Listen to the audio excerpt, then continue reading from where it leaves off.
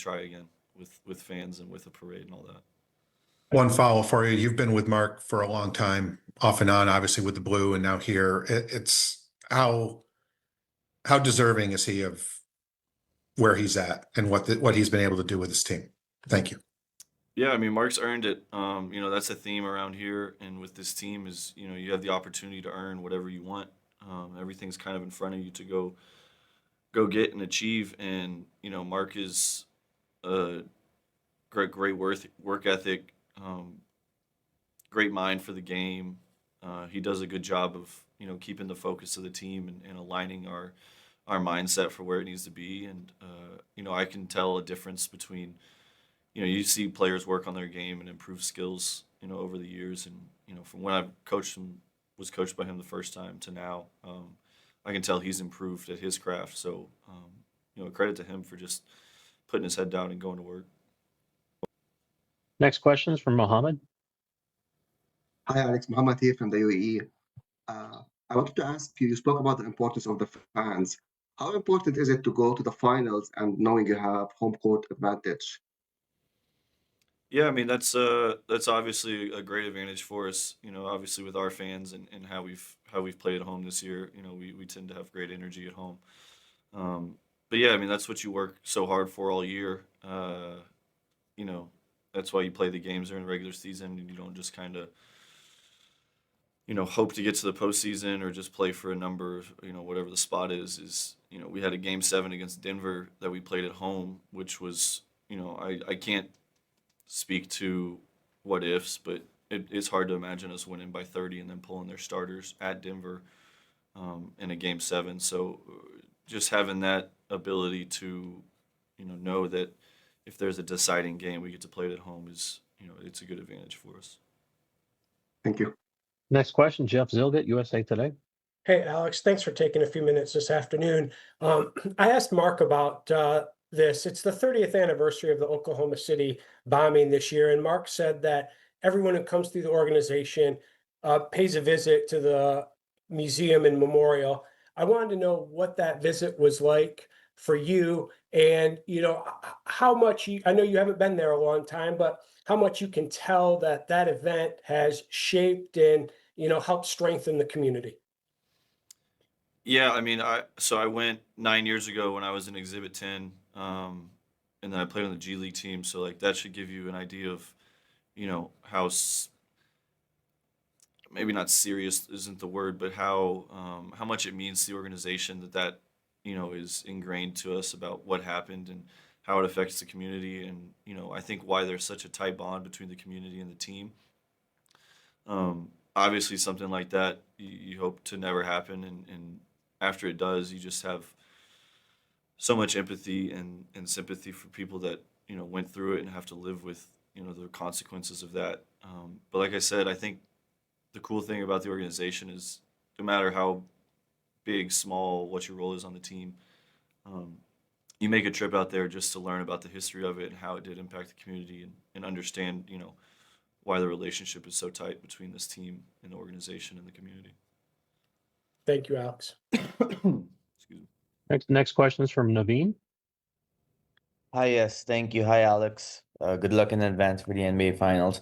You got to spend some time with some great players over the years, like LeBron and AD, obviously, when you won the championship with them.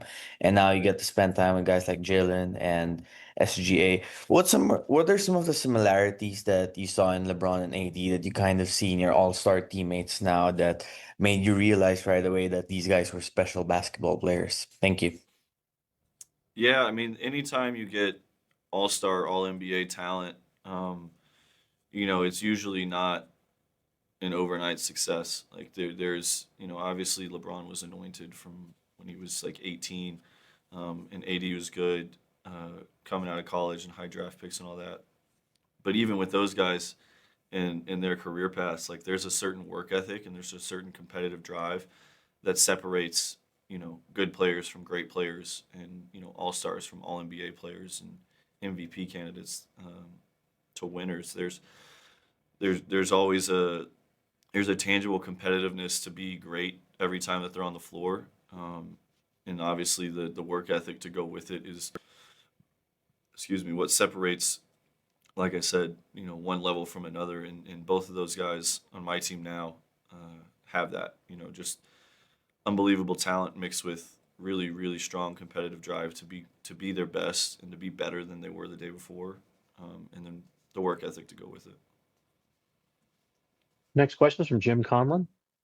Hi, Alex. Jim Conlon here from RCB Radio Sport Ireland. Alex, you're renowned for your passing ability and your ability to make key assists in key games. I'm wondering, what's it like to be on the floor and have that 1-2 punch combination when we're playing with Shea, whose ability to drive and kick out in terms of spacing on the floor and being able to go over the top and deliver into the post to Chet as well. How is that like as a playmaker in terms of passing, making assists when you have that 1-2 punch to play off?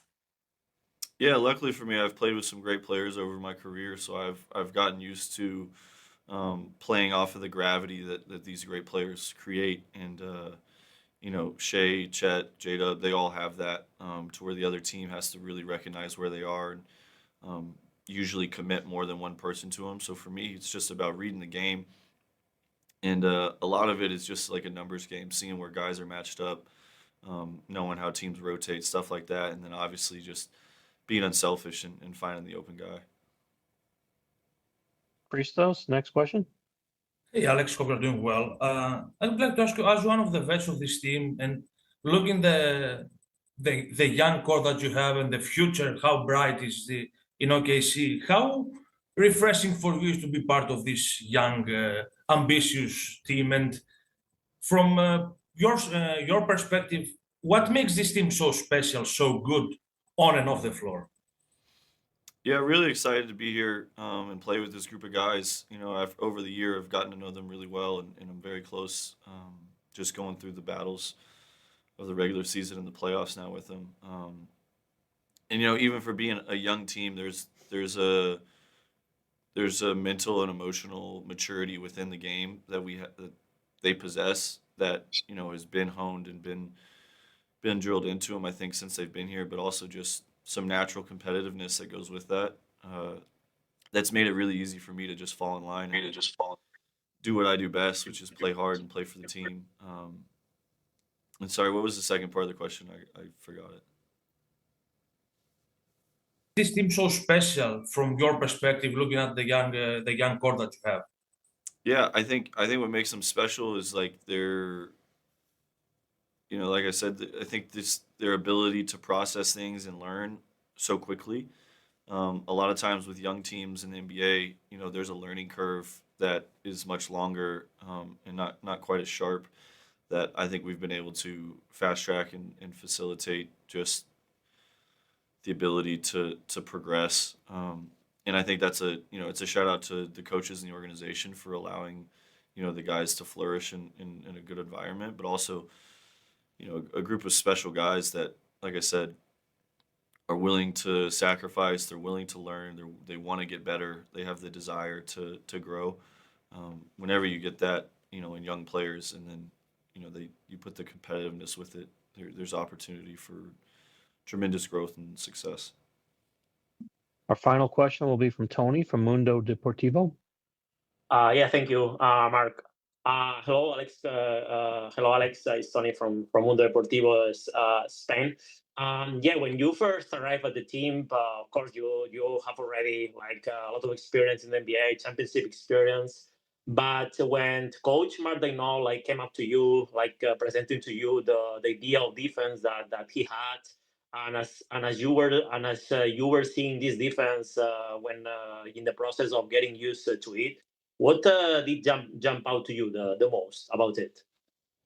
Yeah, I remember when Mark came and visited me in Austin. That's where I live in the summer. He came and watched me work out, and then we went and got lunch, and we were just breaking down right after the trade. We were just breaking down, the team and how they like to play, and I was trying to figure out, my teammates and stuff like that. And one of the things he talked about defensively was, just the ability to play off of instinct. There's set rules and there's principles that kind of give the base and the structure for it. But he really empowers you to, if you see a play, go make it. And I think that's one of the strengths of this team is we have guys that have great instincts, and you know, mix that with natural defensive ability that a bunch of individuals have, and we put that together as a team. And I think through the course of the year, we figured out, you know, different areas where guys are going to be aggressive, and you start to anticipate that, and you start to cover for them if they don't get it, and then, you know, it just puts the next person in rotation, and we do a great job of covering up for each other. So talking with him about that and then seeing it, you know, come to fruition through the season has been a lot of fun. Thank you. Alex, thank you very much. This concludes our session today. Thank you, everyone, for joining. Thank you. Appreciate it.